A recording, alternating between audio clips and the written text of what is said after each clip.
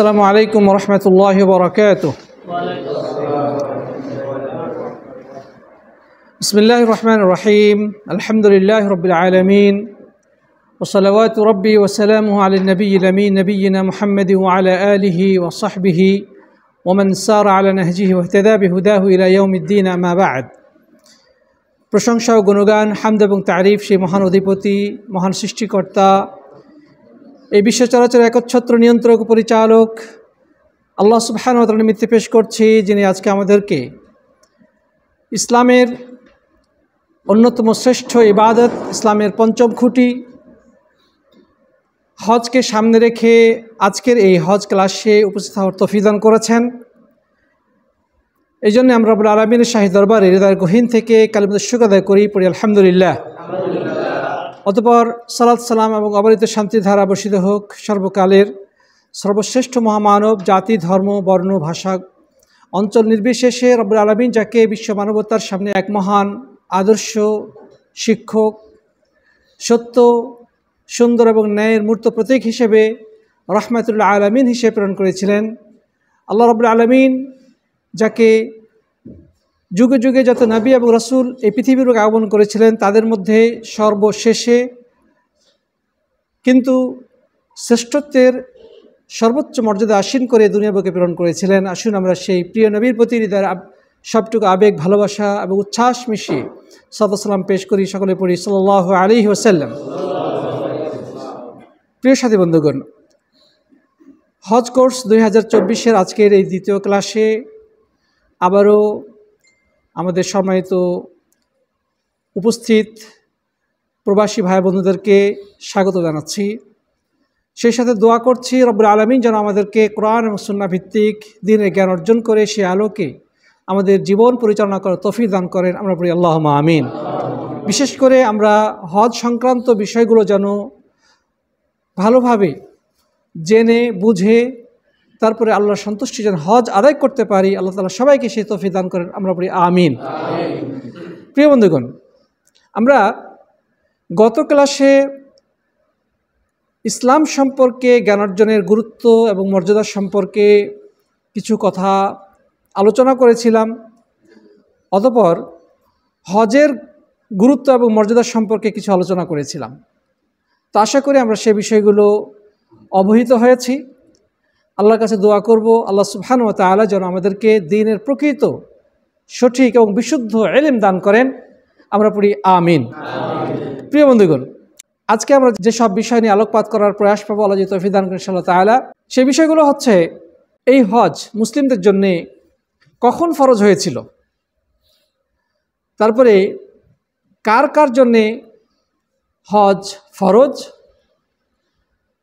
অতঃপর আমরা আলোচনা করব হজ কত প্রকার এবং কি কি।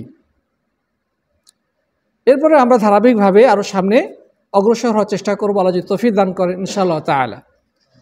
প্রিয় বন্ধুগণ, আমরা জেনেছি যে ইসলামের যে 5টি খুঁটি রয়েছে, সেই 5টি খুঁটির মধ্যে পঞ্চম খুঁটির নাম হচ্ছে কি? হজ। হজ আদায় করার মাধ্যমে রব্বুল আলামিন আমাদের জীবনের গুনাহগুলো মোচন করে দেন, শুধুমাত্র মানুষের হক সংশ্লিষ্ট গুনাহগুলো ছাড়া। মানুষের হক যদি কেউ নষ্ট করে থাকে, তাহলে তার ওই হক নষ্ট করা গুনাহ মোচন হবে না হজ বা অন্য কোনো ইবাদতের মাধ্যমে, তওবা করার মাধ্যমে, যতক্ষণ পর্যন্ত যার হক নষ্ট করেছিল তাকে তার হক ফিরিয়ে না দিবে অথবা তার কাছে ক্ষমা না চাইবে বা তার কাছ থেকে ক্ষমা না নেবে। আমরা আরও জেনেছি সাথী বন্ধুগণ যে এই হজ আমাদের গুনাহ মোচন করার পাশাপাশি আমাদের দারিদ্রতা বিমোচন করে দেয়। সুবহানাল্লাহ। অর্থাৎ হজ আদায় করার মাধ্যমে আমাদের আর্থিক সচ্ছলতা সৃষ্টি হয়, দারিদ্রতা দূরীভূত হয়। এরপর আমরা আরও জেনেছি যে হজ আদায়ের মাধ্যমে একজন মানুষ নবজাতক শিশুর মতো নিষ্পাপ এবং পবিত্র হয়ে যায়।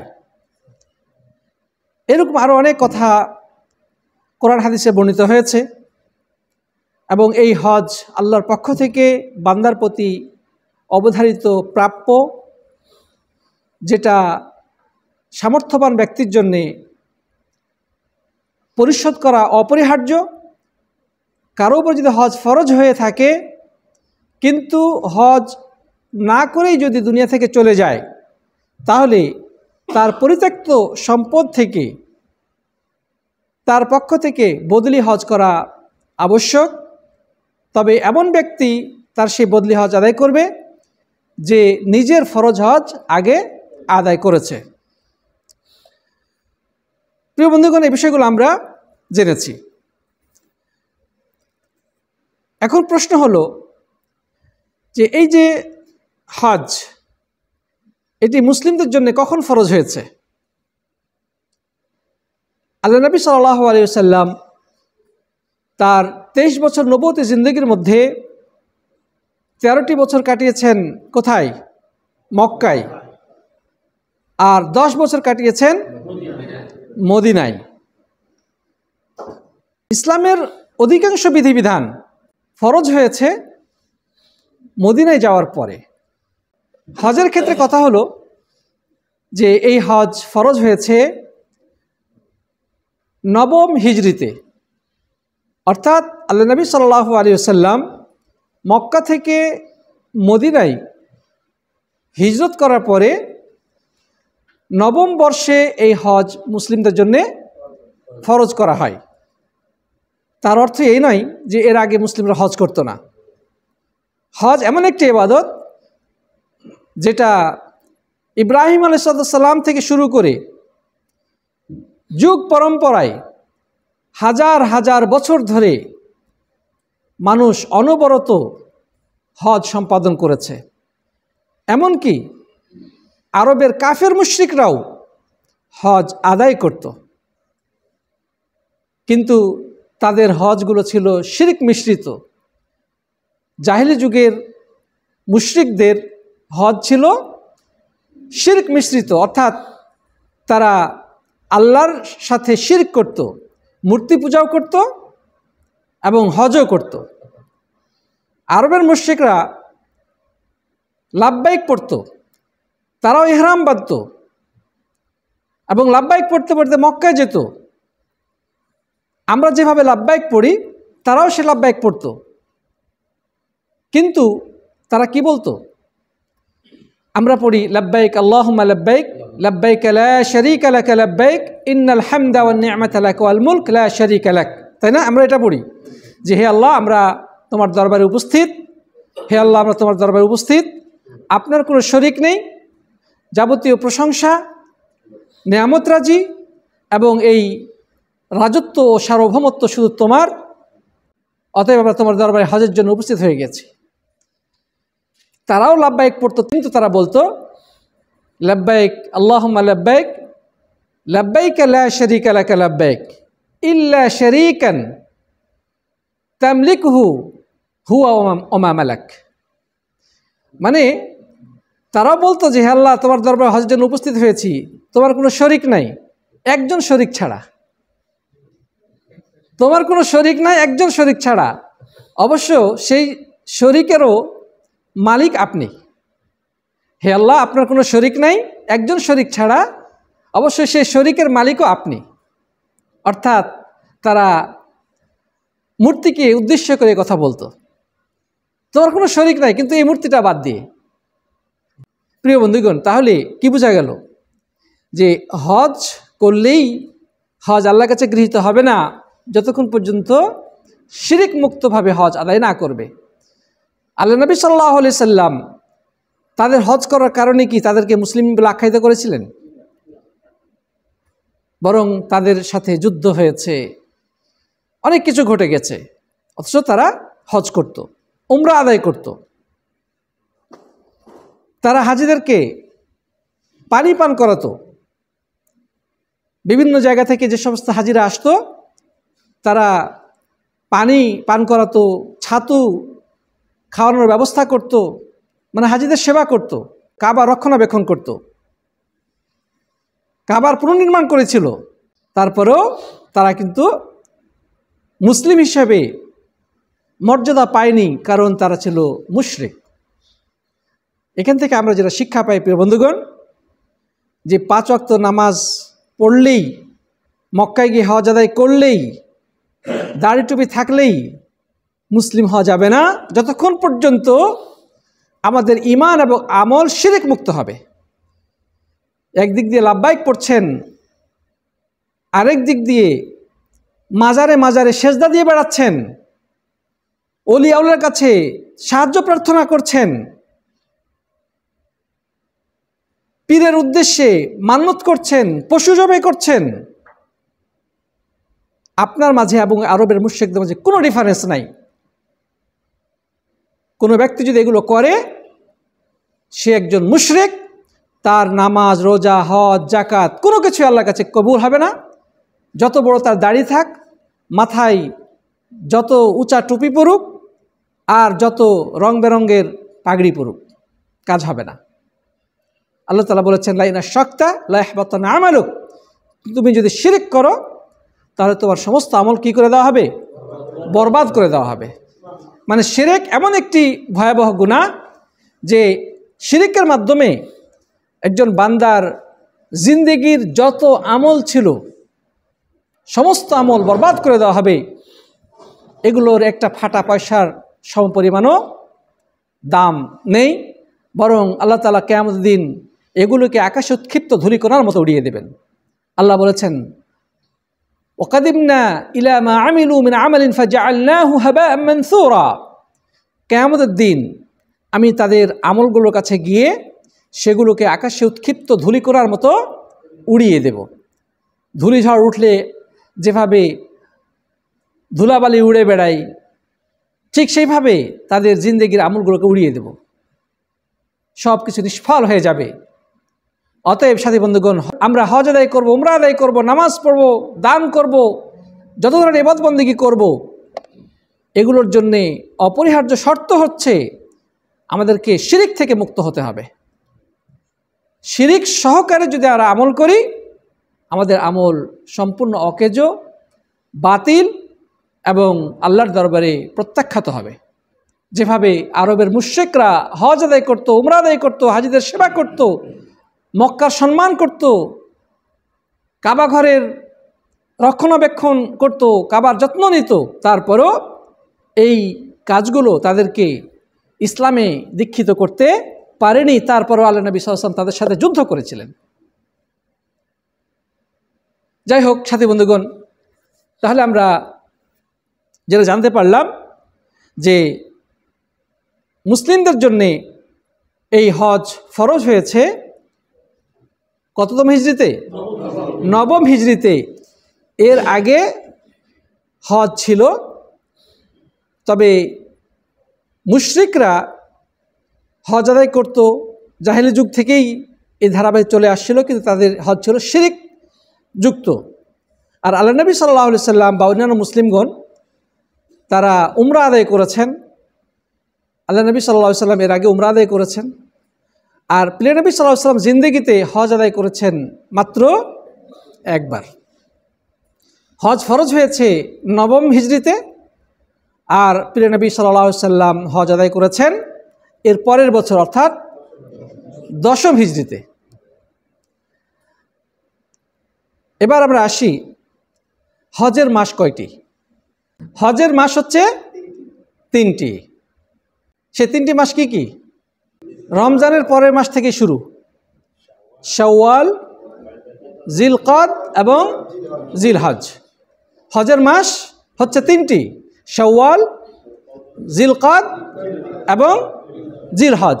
আল্লাহ সুবহানাহু ওয়া তাআলা সূরা বাকারা 197 নম্বর আয়াতে ইরশাদ করেছেন যে আল হজ্জু আশহুরুম মা'লুমাত ফামান ফারাদা ফীহিন্নাল হজ্জ ফালা রাফাথা ওয়ালা ফুসুকা ওয়ালা জিদালা ফিল হজ্জ ওয়া মা তাফআলু মিন খাইরিন ইয়ালামুহু আল্লাহ ওয়া তাযাওয়াদু ফাইন্না খায়রাজ যাদিত তাকওয়া ইয়া উলিল আলবাব। আল্লাহ তাআলা বলছেন যে হজ হচ্ছে সুপরিচিত কয়েকটি মাসে। অতএব কেউ যদি এই মাসগুলোতে হজ এর নিয়ত করে বা এই হজ আদায় করার উদ্দেশ্যে বের হয়, তাহলে সে যেন কোনো ধরনের অশ্লীল কর্মে লিপ্ত না হয়, নাফরমানিতে লিপ্ত না হয় এবং পারস্পরিক ঝগড়াঝাটি বা মারামারিতে লিপ্ত না হয়। আর তোমরা যে সকল ভালো কাজগুলো করো সেগুলো আল্লাহ তাআলা ভালো করে জানেন। এরপর আল্লাহ বলছেন যে তোমরা পাথেয় সংগ্রহ করে নাও, মানে সফরে গেলে প্রয়োজনীয় কিছু জিনিস আমরা সাথে নেই।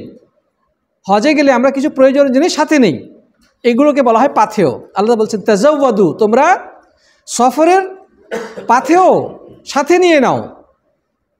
তবে সর্বোত্তম পাথেয় কি? তাজাওয়াদু ফাইন্না খায়রা যাদি তাকওয়া, সর্বোত্তম পাথেয় হচ্ছে আল্লাহ ভীতি, পরহেজগারিতা, আল্লাহর ভয়। এর থেকে উত্তম পাথেয় আর কিছু নয়, আর কিছু নেই। তাহলে আমরা সফরে যাই বা আবাসে থাকি, আমরা মানুষের সামনে থাকি বা নির্জনে থাকি, আমরা কর্মব্যস্ত থাকি অথবা অবসর থাকি, রাতের অন্ধকারে থাকি বা দিনে আলোতে থাকি, আবাসে থাকি বা প্রবাসে থাকি, আমরা যে অবস্থায় থাকি না কেন, আমাদেরকে যেই মনোভাব হৃদয়ে জাগ্রত রাখতে হবে সেটি হচ্ছে আল্লাহ ভীতি, আল্লাহর ভয়। আল্লাহ সুবহানাহু ওয়া তাআলা সব কিছু দেখছেন, আমাদের প্রত্যেকটি কথা তিনি শুনছেন। সাগরের অতল তলে যদি একটা পিপিলিকা হেঁটে যায়, সেই পিপিলিকার পায়ের আওয়াজ তিনি সাত আসমান থেকে শুনতে পান। সুবহানাল্লাহ। গভীর অন্ধকার রজনীতে বিশাল মরুভূমির মাঝ দিয়ে যদি একটা পিপিলিকা হেঁটে যায়, তিনি সেটা সাত আসমান থেকে দেখতে পান। আল্লাহু আকবার। অতএব আল্লাহ ভীতি বা আল্লাহর ভয়ের থেকে উত্তম পাথেয় আর অন্য কিছু নেই। প্রিয় নবী সাল্লাল্লাহু আলাইহি ওয়াসাল্লাম একটি হাদিসের মধ্যে বলেছেন, ইত্তাকিল্লাহ হাইসুমা কুনত ওয়া আতবি'is সাইয়্যাতাল হাসানাতা তামহুহা ওয়া খালিকিন নাস বিখুলুকিন হাসান, রাওয়াহু তিরমিযী ওয়া হাসানুল আলবানী রাহিমাহুল্লাহ। যে তোমরা আল্লাহকে ভয় করো যেখানে থাকো না কেন, যে অবস্থায় থাকো না কেন, যেই সিচুয়েশনের মধ্যেই থাকো না কেন, আল্লাহকে ভয় করে চলো। প্রিয় বন্ধুগণ, এরপরে আমরা যে জিনিসটি জানব সেটি হচ্ছে যে কাদের উপরে হজ ফরজ। হজ কি সবার উপরে ফরজ? হজ কি প্রত্যেক মুসলিমের জন্য ফরজ? না। 5 ওয়াক্ত নামাজ প্রত্যেক মুসলিমের জন্য ফরজ, যদি সে সুস্থ মস্তিষ্ক সম্পন্ন হয় এবং প্রাপ্তবয়স্ক হয়। সে সুস্থ থাকুক অসুস্থ থাকুক, সর্বাবস্থা তাকে নামাজ পড়তে হবে। সে সফরে থাকুক বা আবাসে থাকুক, সর্বাবস্থা তাকে নামাজ পড়তে হবে। পরিস্থিতি যতই ভয়ানক হোক না কেন, এমনকি যুদ্ধের ময়দানেও তাকে নামাজ পড়তে হবে। পানি না পেলে ওযুর পরিবর্তে মাটি দ্বারা তায়াম্মুম করবে, তারপর নামাজ পড়তে হবে। গোসল ফরজ হয়ে গেছে, গোসল করার মতো ব্যবস্থা নাই, পবিত্র মাটি যদি পাই, সেই মাটি দ্বারা তায়াম্মুম করে তাকে নামাজ পড়তে হবে। মাটিও যদি না পাই, তাহলে নাপাক শরীরেই তাকে নামাজ পড়তে হবে। নামাজ ছেড়ে দেওয়ার কোনো অপশন নাই যতক্ষণ পর্যন্ত হুঁশ বাকি রয়েছে। যারা নামাজ পড়ে না তাদের আসলে হজ করার কোনো লাভ নেই। যারা মুয়াজ্জিনের হাইয়া আলাস সালাহ ধ্বনিতে মসজিদমুখী হতে পারেনি, ইব্রাহিম আলাইহিস সালামের সেই হজের আহ্বান তাদেরকে কাবাতে নিয়ে গেলেও সেই হজ উমরা এগুলো অর্থহীন, অকেজো বলে গণ্য হবে যদি কেউ সালাত আদায় করতে না পারে বা সালাত আদায়কারী না হয়। তো যাই হোক প্রিয় বন্ধুগণ, আমরা এখন জানব যে কোন কোন শর্তের ভিত্তিতে একজন মানুষের উপরে হজ ফরজ হয়। তো কিছু শর্ত ইতিমধ্যে আমরা আলোচনা করে ফেলেছি, যেমন মুসলিম হতে হবে। অমুসলিমের জন্যে হজ ফরজ নয়। আর যদি সে হজ করেও তার হজ আল্লাহর কাছে গৃহীত হবে? আরবের মুশরিকরাই তো হজ করত, কিন্তু তাদের মধ্যে ইসলাম না থাকার কারণে, অর্থাৎ তারা শিরক এবং কুফরিতে লিপ্ত থাকার কারণে তাদের হজগুলো কি আল্লাহর কাছে গৃহীত হয়েছে? কখনোই নয়। মুশরিকের হজ আল্লাহর কাছে গৃহীত হবে না, কাফেরের হজ আল্লাহর কাছে গৃহীত হবে না। অতএব, এবং তাদের জন্য হজ করা ফরজও নয়, বরং তার জন্য আবশ্যক হচ্ছে আগে ঈমান আনা, নিজেকে শিরক মুক্ত ঘোষণা করা, কুফরি থেকে মুক্ত হয়ে তাওহীদের পতাকা তলে এসে দাঁড়ানো, তবেই তার উপর ইসলামের বিধিবিধানগুলো আবশ্যক হবে, অন্যথায় নয়।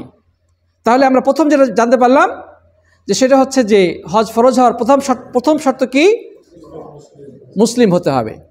অমুসলিম ব্যক্তির কোনো ইবাদত আল্লাহর কাছে কি হবে না? গৃহীত হবে না। তার মানে ইসলামে প্রবেশ করা ব্যতিরিকে সে যত ভালো কাজ করুক না কেন, আল্লাহর কাছে সেগুলোর 5 পয়সাও মূল্য নাই। তবে হ্যাঁ, সে ভালো কাজ যদি করে, দুনিয়াতে মানুষের উপকার করে, আছে না অনেক কাফের মুশরিক, তারা অনেক কিছু ভালো কাজ করে, মানুষের উপকার করে, গরিব অসহায় মানুষকে সাহায্য সহযোগিতা করে, এর দ্বারা সে বেনিফিট পাবে। সেটা কি? দুনিয়াতেই পাবে। মানুষ তার প্রশংসা করবে, সমাজে হয়তোবা সে নেতা হবে, লোকজন তাকে সমাদর করবে, সে হিন্দু, বৌদ্ধ, খ্রিস্টান, অর্থাৎ তার যেগুলো ভালো কাজের বিনিময়ে সে দুনিয়াতেই হয়তোবা কিছু না কিছু পেয়ে যাবে, কিন্তু আখিরাতে প্রাপ্তির খাতা শূন্য, সে কিছুই পাবে না।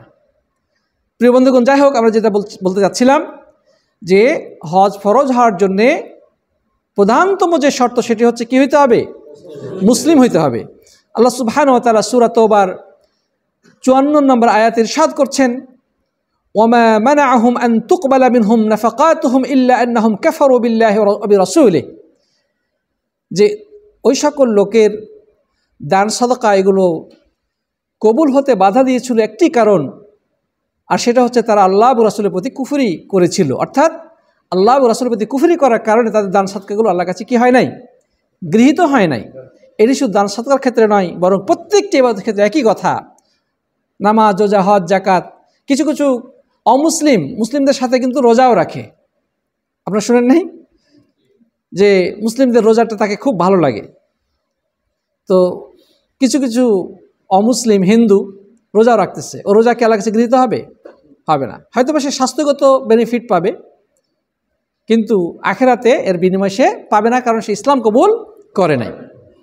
প্রিয় বন্ধুগণ, এরপরে 2 নম্বর যে শর্ত হচ্ছে সেটি হচ্ছে প্রাপ্তবয়স্ক হতে হবে। অপ্রাপ্ত বয়স্ক বা ছোট শিশুর উপরে হজ ফরজ নয়। শুধু হজ নয়, বরং নামাজ, রোজা বা অন্যান্য কোনো ইবাদত তার জন্য কিনা ফরজ নয়, যেহেতু সে এখনো অ্যাডাল্ট বয়সে উপনীত হয় নাই। আল্লাহ তাআলা তার ব্যাপারে কলম উঠিয়ে রেখেছেন। রুফিয়াল কালামু আন সালাসা, 3 ব্যক্তির উপর থেকে আল্লাহ তাআলা কলম উঠিয়ে রেখেছেন। রুফিয়াল কালামু আন সালাসা, 3 ব্যক্তির উপর থেকে কলম উঠিয়ে রাখা হয়েছে।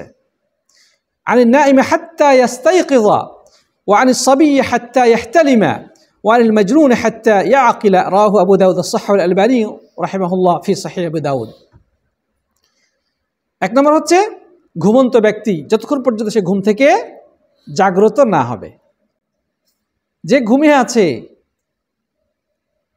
যদি ঝড় এসে ওর ঝড় এসে যদি তার চাল উড়িয়ে নিয়ে যায়, তারপর সে টের পায় না।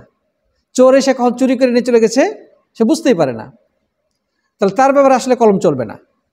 আল্লাহর পক্ষ থেকে ঘুমন্ত ব্যক্তির উপরে কলম চলে না যতক্ষণ পর্যন্ত সে জাগ্রত না হবে। তবে জাগ্রত হওয়ার পরে তার উপরে কিন্তু কলম চলা শুরু হবে। জাগ্রত হওয়ার পরে তার উপরে কলম চলা শুরু হবে, মানে তার হিসাব নিকাশ লেখা হবে। সে ভালো করলে লেখা হবে, মন্দ করলেও সেটা লেখা হবে। 2 নম্বর হচ্ছে আনিস সাবিয়্যি হাত্তা ইয়াহতালিমা, অপ্রাপ্ত বয়স্ক ছোট বাচ্চা শিশু, তার ব্যাপারে কলম চলে না যতদিন পর্যন্ত না সে বালেগ বা প্রাপ্ত বয়স্কে উপনীত না হয়। আল্লাহ সুবহানাহু ওয়া তাআলা মানুষের প্রতি দয়া করেছেন। নির্দিষ্ট একটা বয়স সীমা আছে প্রাপ্তবয়স্ক হওয়ার, কিছু আলামত রয়েছে। সেই আলামতগুলো যখন একজন মানুষের মধ্যে পরিলক্ষিত হবে, সে প্রাপ্তবয়স্ক বা অ্যাডাল্ট বলে পরিগণিত হবে। যেমন ছেলেদের ক্ষেত্রে কিছু আলামত আছে না নাই? সেগুলো সুপরিচিত, আমরা সবাই কম বেশি জানি। মেয়েদের ক্ষেত্রেও কিছু আলামত রয়েছে, যেমন ছেলেদের ক্ষেত্রে বীর্যপাত ঘটা, তারপরে আরও কিছু আলামত যেগুলো আমরা কম বেশি সবাই জানি। আর আলেমগণ বলেছেন, যদি কোনো শিশুর, কোনো কিশোরের বা কিশোরীর মধ্যে আলামতগুলো দেখা না যায়, অনেক সময় হরমোনাল কারণে অথবা পরিবেশগত কারণে আলামতগুলো সঠিকভাবে দেখা যায় না, সেই ক্ষেত্রে 15 বছর বয়স হলেই তাকে পূর্ণ বয়স্ক বা প্রাপ্তবয়স্ক হিসেবে গণ্য করতে হবে।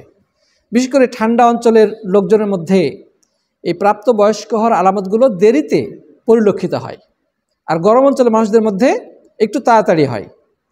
অতএব যদি কোনো কিশোর বা কিশোরীর মধ্যে অ্যাডাল্ট বয়সে উপনীত হওয়ার যে সুপরিচিত আলামতগুলো রয়েছে সেগুলো যদি দেখা না যায়, তখন তার এই সময়সীমাটা ধরতে হবে 15 বছর।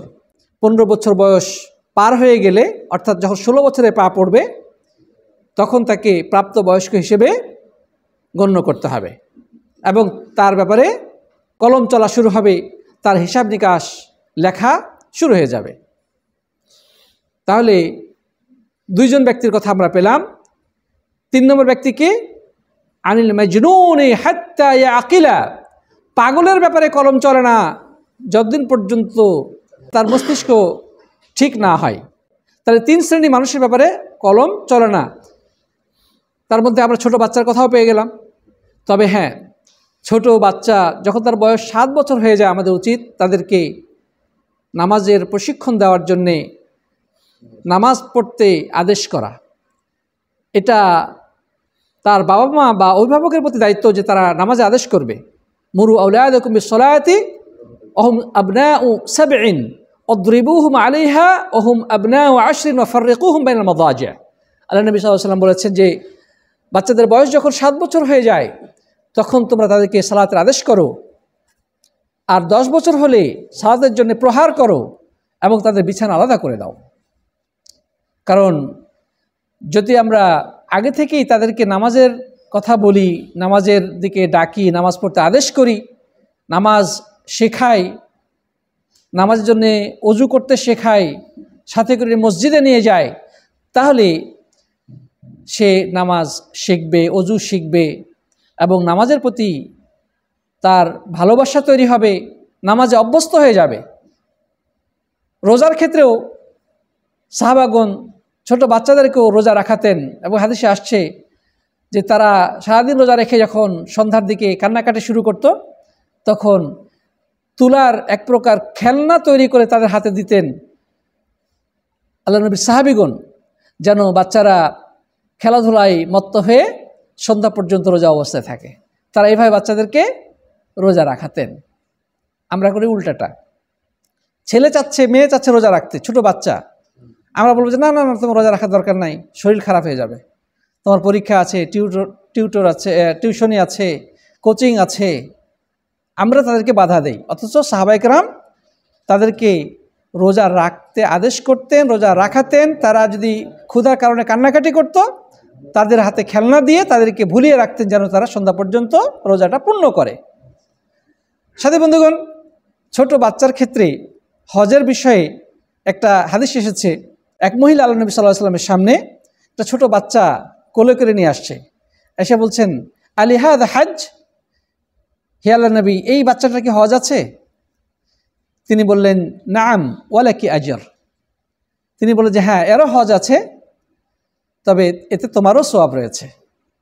অর্থাৎ ছোট বাচ্চা যদি বাবা মার সাথে হজ আদায় করে, এতে বাবা মা সওয়াব পাবে, এমনকি আলেমগণ যেটা বলেছেন যে ওই ছোট বাচ্চার আমলনামাতে সেই সওয়াবটা লিপিবদ্ধ করা হবে, কিন্তু ছোট বাচ্চার গুনাহ লেখা হবে না।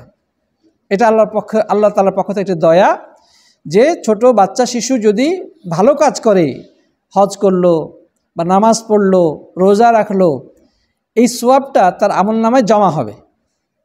কিন্তু সে যদি কোনো গুনার কাজ করে ফেলে, ওই গুনাহটা তার আমলনামায় লিপিবদ্ধ করা হবে না, মানে এটা তার আমলনামাতে যাবেই না।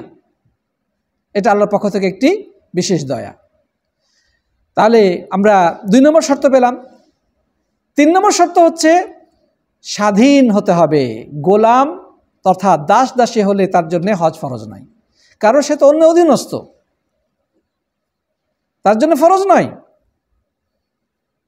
তাকে তার মনিবের প্রদত্ত দায়িত্বগুলো পালন করতে হয়। অতএব সে মনিবকে ছেড়ে তো হজ করতে যেতে পারে না।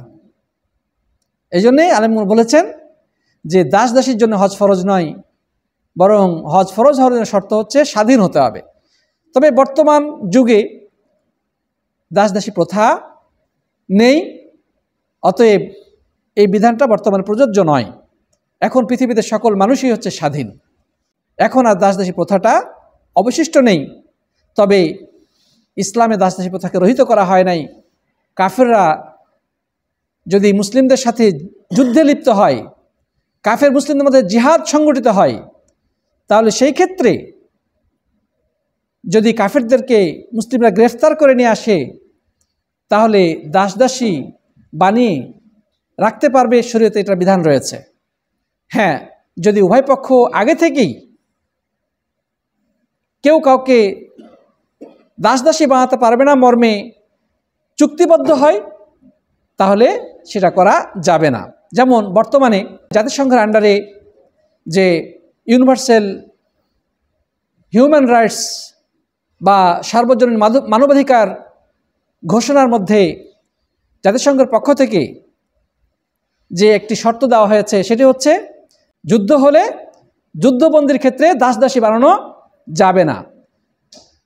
এই ক্ষেত্রে যে সকল মুসলিম দেশ এই শর্ত মেনে নিয়েছে বা এই চুক্তিতে আবদ্ধ হয়েছে, যদি কখনো তাদের সাথে মুসলিমদের যুদ্ধ সংগঠিত হয়, তখন কিন্তু তারা কেউ কাউকে এই শর্তের আলোকে দাস দাসী বানাতে পারবে না। জাতিসংঘের এই ঘোষণা আগ পর্যন্ত দাস দাসীর প্রথা পৃথিবীতে চালু ছিল। ভবিষ্যতে কাফেররা যদি চুক্তি লঙ্ঘন করে দাস দাসী বানাতে শুরু করে, মুসলিমরাও বানাতে পারবে, কোনো সমস্যা নেই। শরীয়তে এটাকে একেবারে উইথড্র করে নেওয়া হয় নাই, কারণ এটা কাফেরদের সাথে সম্পৃক্ত বিষয়। তারা করলে আমরা করতে পারবো, তারা না করলে আমরা করব না। প্রিয় বন্ধুগণ, তাহলে আমরা কয়টা শর্ত পেলাম? 3টা। আরেকটা হচ্ছে আকেল বা সুস্থ মস্তিষ্ক সম্পন্ন হতে হবে, অর্থাৎ তার ব্রেন ঠিক থাকতে হবে। পাগল হলে তার উপর হজ ফরজ হবে না, যে ব্যাপারে দলিল আমরা একটু আগে উল্লেখ করেছি। 5 নম্বর হচ্ছে সবচেয়ে গুরুত্বপূর্ণ যেটা, সেটা হচ্ছে হজ করার মতো শক্তি ও সামর্থ্য থাকতে হবে। শক্তি বলতে শারীরিক শক্তি, আর সামর্থ্য বলতে আর্থিক সামর্থ্য।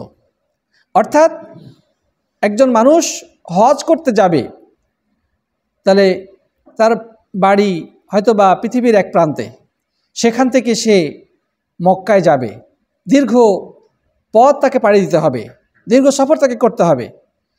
তাহলে সেই ক্ষেত্রে তাকে শারীরিক শক্তির প্রয়োজন আছে। সে মক্কায় আসবে, সেখানে কাবার চতুর্দিকে তওয়াফ করবে, সাফা মারওয়ার মধ্যে সাই করবে, আরাফা যাবে, মুজদালিফা যাবে, প্রস্তর নিক্ষেপ করবে, তওয়াফ ইফাজা করবে, অনেক কিছু কাজ রয়েছে। তো সে যদি চলতেই না পারে, তাহলে সে হজ করবে কি? আমাদের দেশ থেকে কিছু হাজি আসেন এমন অসুস্থ, এমন বৃদ্ধ, এমন দুর্বল যে তারা কোনো কাজই ঠিকমতো করতে পারে না। এক হাজি সাহেব হজে এসে হোটেলে উঠেছেন, আসার পরে উনি তো এমনি অচল বৃদ্ধ, এখানে আসার পরে উনি আরও অসুস্থ হয়ে পড়ছেন। তো এদিকে আরাফা মিনায় যাওয়ার দিন হয়ে গেল, অন্যান্য হাজিরা সবাই রেডি হয়ে মিনা চলে যাচ্ছেন। এই বৃদ্ধ হাজিকে বলছেন যে, হাজি সাহেব চলেন মিনা যাব। বাবা শরীরটা খারাপ, তোমরা যাও। তোমরা যাও। উনি আর গেলেন না, হোটেলে শুয়ে থেকে গেলেন। এদিকে হাজিরা মিনা গেলেন, আরাফা গেলেন, মুজদালিফা আসলেন, আবার মিনাতে আসলেন, অনেক হজের সব কাজ শেষ, উনি কিন্তু ওই হোটেলেই থেকে গেলেন। এরপরে ওই শুয়ে থাকছেন। এরপরে হজ শেষ করে, হাজি সাহেব হজ তো শেষ, চলেন এবার গাট্টি বস্তা বাঁধেন, দেশে যেতে হবে, ফ্লাইটের ডেট হয়ে গেছে। ওই বাবা, আমি তো এখন পর্যন্ত কাবাটাই দেখতে পেলাম না। তাহলে এই হচ্ছে আমাদের দেশের হাজিদের অবস্থা। অনেক হাজি এরকম আছে যারা কিসের তওয়াফ কিসের চাই, এমনি ঘুরে চলে যায়, কোনো কিছু মানে হজের কোনো সঠিকভাবে নিয়ম পালনই করতে পারে না। আমরা বলবো এখন যৌবন যার, হজের প্রকৃত সময় তার। যৌবন বয়সে হজ করেন, আপনি হজ করে আনন্দ পাবেন, পরিতৃপ্তির সাথে আপনি আল্লাহর ইবাদত করতে পারবেন, হজের বিধিবিধানগুলো সঠিকভাবে পালন করতে পারবেন। হজের যে শর্তাবলী যদি কারোর মধ্যে পাওয়া যায়, তার জন্য হজ ফরজ। চাই সে বিয়ে করুক অথবা নাই করুক, তার বাপ মা হজ করুক অথবা নাই করুক, সে সৌদি আরবে কাজের জন্য এসেছে, যে উদ্দেশ্যে সে আসুক না কেন, সে মক্কায় যাওয়ার মতো তার সামর্থ্য আছে আর্থিক এবং শারীরিক, তার জন্য হজ ফরজ। তার বাবা মা আসে নাই, তার বাবা মার সে সামর্থ্য নয়, তাদের জন্য হজ ফরজ নয়। অতএব এই সমস্ত যুক্তি দেখিয়ে হজকে বিলম্বিত করা শয়তানি চক্রান্ত ছাড়া অন্য কিছু নয়। শয়তানি ওয়াসওয়াসার কারণে মানুষ এই সমস্ত যুক্তি দাঁড় করিয়ে হজ থেকে বিরত থাকে। এমনও শুনেছি কিছু মানুষ মক্কায় 10 বছর 20 বছর কাজ করেছে, হজ না করে ফিরে গেছে। তার যুক্তি হলো যে আমি তো হজের জন্য আসি না, আমি তো আসি কাজের জন্যে, অতএব আমার হজ হবে না, আমাকে দেশ থেকে হজের নিয়তে আসতে হবে, তাইলে হজ হবে। এটা হচ্ছে শয়তান তার বিবেক নিয়ে, তার আকল নিয়ে খেলা করেছে, মূর্খতা। মক্কায় কাজ করার পরে যদি কেউ হজ না করে ফিরে যায়, এর থেকে বড় হতভাগ্য আর কেউ হতে পারে? এই জন্যে জানতে হবে, বুঝতে হবে। প্রিয় বন্ধুগণ, আরেকটি বিষয় হচ্ছে হজের সামর্থ্যের বিষয়ে, সেটা হচ্ছে আর্থিক সক্ষমতা। আর্থিক সক্ষমতা বলতে, যদি কারো কাছে বাড়ি থেকে মক্কায় এসে হজ আদায় করে আবার ফিরে যাওয়া পর্যন্ত সময়ের পুরো খরচ বিদ্যমান থাকে তার নিজের এবং তার পরিবার চালানোর, তাহলে তার জন্য হজ করা কি ফরজ। যদি এরকম হয় যে তার আর্থিক অবস্থা ভালো না, কিন্তু উনার নিয়ত হজে যাবেন, তখন কি করেছেন, এলাকার সব মানুষের কাছে তিনি ভিক্ষা করে বেড়াচ্ছেন, চাঁদা দেন, টাকা দেন, ভিক্ষা দেন, আমি হজে যাব। এটা হচ্ছে আরেক ধরনের মূর্খতা, বাড়াবাড়ি এবং ইসলামের প্রকৃত জ্ঞান থেকে বঞ্চিত। ভিক্ষা করে হজ যেতে কে বলেছে? যদি কারো প্রপার্টিজ থাকে যে সে মক্কায় গিয়ে হজ করে ফিরে আসতে পারবে এবং এই সময় তার পরিবার চলবে, তাহলে কিন্তু তার জন্য হজ করা কি ফরজ হবে। অনেকেই বলে যে ঋণ করে হজ করতে পারবো কি না। হ্যাঁ, দেখেন, ঋণ মানুষের থাকে কম বেশি, সবারই কম বেশি কিছু ঋণ থাকতেই পারে। তবে তার যদি ঋণ পরিশোধ করার মতো কোনো ব্যবস্থা না থাকে, তাহলে তার হজ না করাটাই ভালো, ঋণ পরিশোধ করা পর্যন্ত। কিন্তু যদি এমন হয় যে তার কিছু ঋণ আছে কিন্তু তার অন্যান্য প্রপার্টিজ আছে, সে যদি হজে গিয়ে মারা যায়, তাহলে তার অভিভাবক বা তার যারা ওয়ারিশ আছে তারা তার পক্ষ থেকে ঋণটা পরিশোধ করে দিতে পারবে তার প্রপার্টিজ থেকে, তার সম্পদ থেকে, তাহলে কোনো সমস্যা নেই। অনেকেই বলে যে আমার মেয়ে বিয়ে দেওয়া হয়নি, হজ করতে পারবো কি না। হ্যাঁ, মেয়ে বিয়ে দেওয়া হয় নাই, আপনার উচিত মেয়েকে বিয়ে দেওয়ার চেষ্টা করা, কিন্তু আপনি এখন হজের মৌসুম এসে গেছে, আপনি হজ করে আসেন, আপনার মেয়েকে আপনি পরে বিয়ে দেন, কোনো সমস্যা নেই। আপনার মেয়েকে যদি দেখাশোনার মতো বাড়িতে লোক থাকে, তার নিরাপত্তা থাকে, তাকে রেখে আপনি হজে যান, কোনো সমস্যা নেই। আর যদি এরকম থাকে যে আপনার মেয়েকে দেখাশোনার মতো কেউ নয়, আপনি ছাড়া একমাত্র আপনি ব্যক্তি, তাহলে এক্ষেত্রে আপনার মেয়ের নিরাপত্তাটা গুরুত্বপূর্ণ। সেক্ষেত্রে হজে না গিয়ে তার নিরাপত্তাটা আপনি রাখবেন, আর যদি পারেন মেয়েকে নিয়ে হজ করে আসেন। বোঝা গেছে কিনা প্রিয় বন্ধুগণ? তাহলে আমরা এটা বললাম। আরেকটা হচ্ছে রাস্তার যে নিরাপত্তা, এটাও কিন্তু ওই সামর্থ্যের মধ্যে পড়ে। যদি এমন হয় যে চতুর্দিকে যুদ্ধ বিগ্রহ লেগে গেছে, রাস্তা অনিরাপদ, একজন হাজি যে হজ মক্কা পর্যন্ত যাবে সে ধরনের পরিবেশ নাই, হতে পারে কিনা এমন পরিস্থিতি, তাহলে হজ ফরজ নাই। বরং রাস্তা নিরাপত্তাটাও ওই সামর্থ্যের মধ্যে অন্তর্ভুক্ত। আল্লাহ বলছেন যে মানে ইসতাতা ইলাইহি সাবিলা, যে যেতে পারবে, তো যাওয়ার মতো পরিস্থিতি নাই, সে কীভাবে যাবে হজে? অতএব রাস্তায় যদি পর্যাপ্ত নিরাপত্তা না থাকে, বরং রাস্তায় যদি বিপদে পড়ে তার জীবন নাশের সম্ভাবনা থাকে, তাহলে সেক্ষেত্রে হজ ফরজ নয়। নারীদের ক্ষেত্রে আলাদা একটি ফরজ রয়েছে, সেটি কি? সাথে স্বামী কিংবা মাহরাম থাকতে হবে। এক সাহাবী আল্লাহ নবী সাল্লাল্লাহু আলাইহি ওয়াসাল্লামের কাছে এসে বলছেন যে, হে আল্লাহর নবী, আমি জিহাদে যাব, কিন্তু আমার স্ত্রী যাবে হজে। আল্লাহ নবী সাল্লাল্লাহু আলাইহি ওয়াসাল্লাম তাকে কি বললেন? যে তোমার জিহাদে যাওয়ার প্রয়োজন নাই, তুমি তোমার স্ত্রীর সাথে হজে যাও। সুবহানাল্লাহ। কারণ আল্লাহ নবী সাল্লাল্লাহু আলাইহি ওয়াসাল্লাম বলেছেন, লা তুসাফিরান্না ইমরাতুন ইল্লা ওয়া মা'আহা মাহরাম, যে কোনো নারীর জন্য সফর করা জায়েজ নেই মাহরাম পুরুষ সাথে ব্যতিরিকে। তার সাথে অবশ্যই একজন মাহরাম পুরুষ থাকতে হবে, স্বামী থাকবে অথবা মাহরাম পুরুষ। মাহরাম পুরুষ বলতে যাদের সাথে স্থায়ীভাবে বিবাহ নিষিদ্ধ, যেমন বাবা, দাদা, চাচা, মামা, ছেলে সন্তান, ভাই, এরা হচ্ছে মাহরাম পুরুষ, যাদের সাথে স্থায়ীভাবে বিবাহ নিষিদ্ধ। দুলাভাইয়ের সাথেও তো বিয়ে নিষিদ্ধ, ঠিক না? ঠিক। তাহলে কি দুলাভাইয়ের সাথে যেতে পারবে না? কেননা সে মাহরাম নয়, মানে স্থায়ীভাবে বিবাহ নিষিদ্ধ নয়। তার বোন তার কাছে থাকার কারণে সাময়িকভাবে বিবাহ নিষিদ্ধ, কিন্তু ওর বোন যদি মারা যায় অথবা বোনকে তালাক দিয়ে দেয়, তাহলে কিন্তু আর মাহরাম থাকলো না, তার সাথে বিয়ে জায়েজ আছে। অতএব দুলাভাইয়ের সাথে যাওয়া যাবে। কোনো মহিলা বলছে না আমার দুলাভাইয়ের সাথে আমি হজে যাব, করা যাবে? জায়েজ নেই। অথবা কোনো মহিলা যদি বলে যে আমার তো যাওয়ার মতো কেউ নাই, আচ্ছা হজ ট্রাভেলসের পক্ষ থেকে বলা হচ্ছে যে আরও কয়েকজন মহিলা আছে, মহিলাদের গ্রুপে চলে যাই, এটা কি ঠিক হবে? না, এটা ঠিক হবে না। এক্ষেত্রে যদি দ্বিমত আছে অনেক আলেমের মতে, বা মাহরাম থাকা জরুরি না, তবে অধিক বিশুদ্ধ মতে মাহরাম থাকাটা জরুরি। অতএব মহিলাদের সাথে আলাদাভাবে যাওয়াটা কি হবে না? ঠিক হবে না। গ্রুপের সাথে যাওয়া ঠিক হবে না, বা নন মাহরাম পুরুষের সাথে যাওয়া জায়েজ নেই, বরং সেক্ষেত্রে তার সাথে স্বামী কিংবা যে যাদের সাথে বিবাহ নিষিদ্ধ এরকম পুরুষ সাথে থাকবে। তো সাথে বন্ধু, আমরা আজ কথা লম্বা করব না, হজের প্রকারভেদ সম্পর্কে ইনশাআল্লাহ আমরা নেক্সট ক্লাসে আলোচনা করব, এবং হজের যে বাকি কাজগুলো সেগুলো আলোচনা করব। আল্লাহ তাআলা সবাইকে উত্তম জাযা দান করুন, আল্লাহুম্মা আমিন। তো ইনশাআল্লাহ আগামীকালকে আপনারা সবাই আবার চলে আসবেন যথাসময়ে। ইনশাআল্লাহ আমরা ক্লাস শেষ করে তারপরে আমরা বিদায় নেব। জাযাকুমুল্লাহ খাইরান।